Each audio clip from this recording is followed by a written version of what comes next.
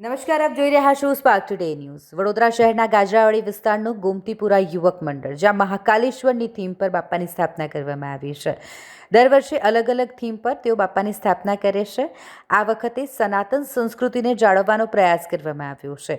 જે પણ ભક્ત મહાકાલેશ્વર દર્શન કરવા નથી જઈ શકતા તેમના માટે આ ખાસ થીમ તૈયાર કરવામાં આવી છે। ગોમતીપુરા યુવક મંડળ છેલ્લા 45 વર્ષથી બાપાની સ્થાપના કરે છે અને દર વર્ષે અલગ અલગ થીમ પર બાપાની સ્થાપના કરવામાં આવે છે। આ વખતે મહાકાલેશ્વરની થીમ પર શ્રીજીની સ્થાપના કરવામાં આવી છે।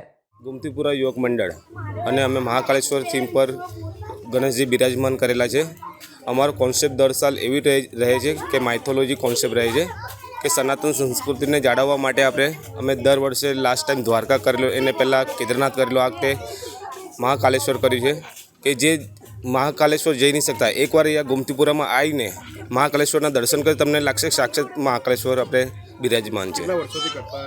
અમે છેલ્લા 45 થી 50 વર્ષની કરીએ છીએ। હિરેન માછી।